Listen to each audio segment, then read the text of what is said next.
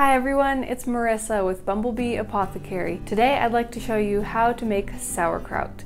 This is something that is very simple and easy to make, but it's one of the most powerful things that we can be eating for good health, and it's one of the very first things that you need to know how to make for the GAPS diet. So let's jump in.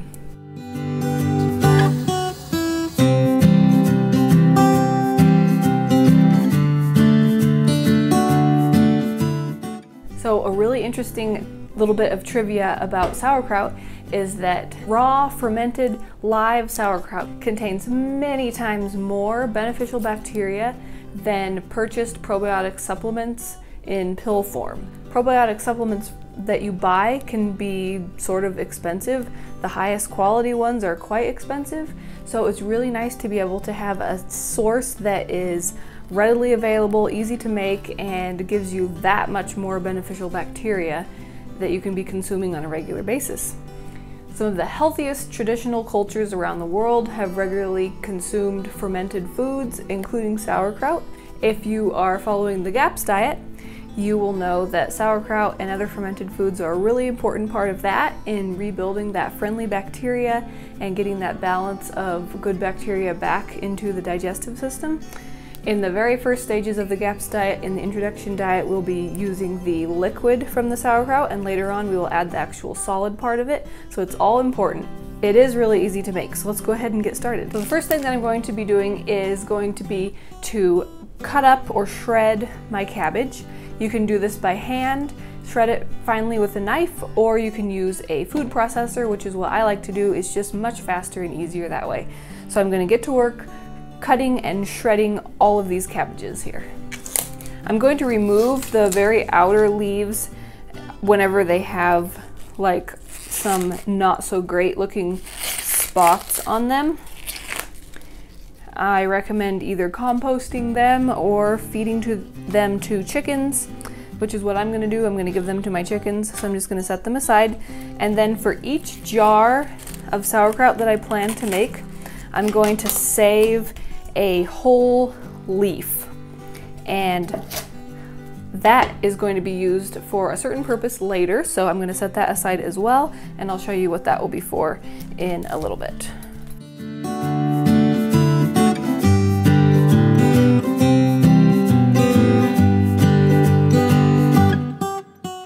Once I have it either cut or shredded in the food processor, I'm going to put it into a large bowl. The next thing that we're going to do once we have all of our cabbage nicely shredded is we are going to add some salt. We're going to add 1 tablespoon for each whole head of cabbage that we have. So I shredded 3 heads of cabbage. So I'm going to put in 3 tablespoons of salt.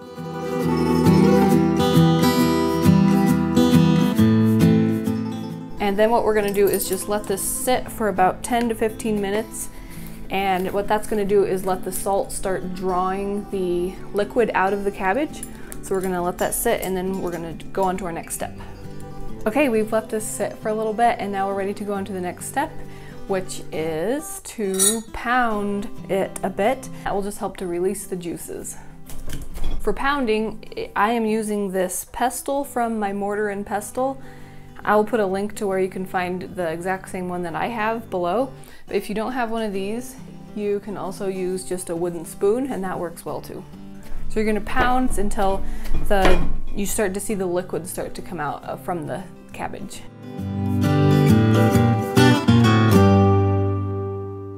So then the last step is just to put it into our jars. So these half-gallon glass mason jars are perfect for sauerkraut, and that's what I always use. So I'm just going to start filling up my jar, and as you put it into the jar, you just want to be packing it down in there so that it's nice and tight and so that the liquid rises to the top. So I'm going to put some into my jar, and then every so often stop and just press it down in there.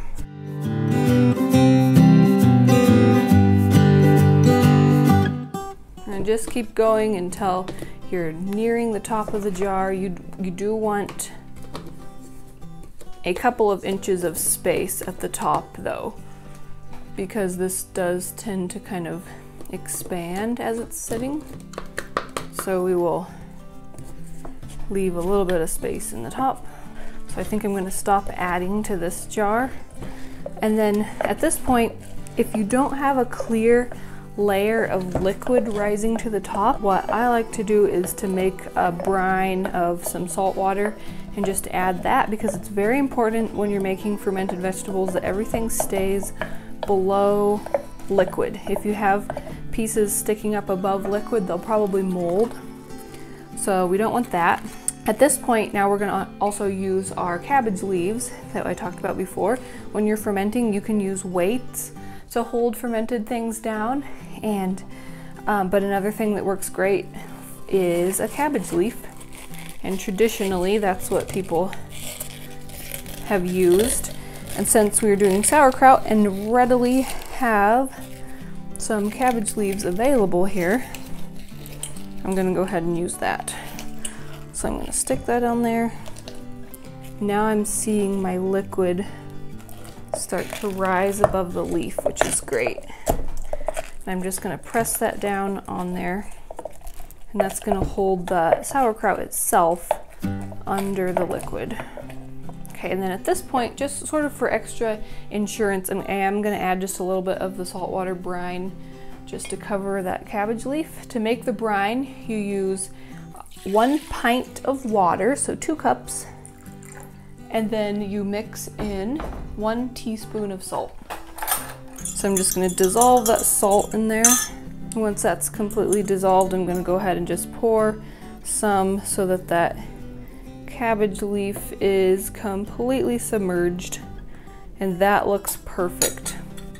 So we have our sauerkraut pressed down, the liquid rising up, the cabbage leaf keeping that down, and then last of all, we just need to put a lid on. Now there are some different types of lids that you can get for fermented foods, some special ones that let the gases escape but no outside air in. I personally have never found the need to buy any of those and use them. I always just use the white plastic mason jar lids. So that's what I'm going to be doing. I find that the trick is always, like I said, to keep everything submerged and held down under the liquid, and then I've never had an issue. When I put the lid on though, I am going to put it on pretty loosely.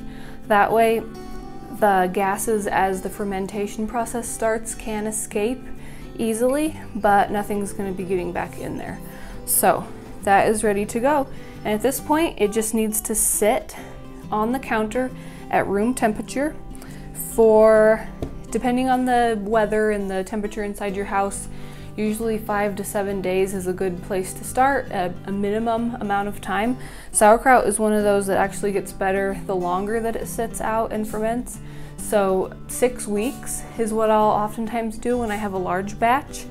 What I like to do actually is to make sauerkraut in a huge batch in a big 5-gallon crock that I have, and I will always let that sit for about 6 weeks or sometimes a little bit more, and that tastes amazing. But for this version in the jar, 5 to 7 days is good before you start using it. And then if you want, you can keep it out on your counter for several weeks after that. You can just keep tasting it and see where you like it, how you like it tasting, and how long that takes, and all that, and just kind of play it by ear. But that is ready to go. And I hope that you enjoyed seeing how easy it is to make sauerkraut. Just a little bit of cutting and shredding, pounding, packing, and you're good to go. And you have this great jar. Didn't cost much. There's going to be so many beneficial bacteria in there that are going to be so important for rebuilding that gut health and getting that friendly bacteria in. If you are feeling overwhelmed and you're really pressed for time and you just can't manage to make it yourself right now, there are some really good raw, fermented, live probiotic sauerkrauts out there. I'm going to link one or more if I can find some more. I know of at least one that are good options to buy if you need to go that route, which don't feel guilty about that. If you're overwhelmed starting the GAPS diet or something, or just in a really busy season of life, don't let that stop you from eating fermented foods. Just pick up some pre-made ones and you'll be good to go. But if you do have time, this is definitely one of those things that you'll want to make yourself. It's super easy and just so beneficial. There's going to be the written directions in the description box below. There's going to be a link to my food processor that I like to use for this. There's also going to be a link to the blog post where I have a printable recipe card if you'd like to find that. And then also I wanted to mention that I have this free ebook that is called GAPS Diet Essential Recipes, and it contains all the recipes that you're going to need to know how to make for the GAPS Introduction Diet. And I'm going to include a link in the description box where you can grab that for free as well. Okay, if you like this video, give it a thumbs up and share it with anybody that you think might find it interesting or helpful. If you're new to my channel, please hit that subscribe button. I have lots more recipe videos coming up that apply for, especially if you're on the GAPS diet or just into healthy eating in general. I make new videos every week on traditional health wisdom and living a sustainable DIY lifestyle. Thanks so much for watching. See you next time. Bye.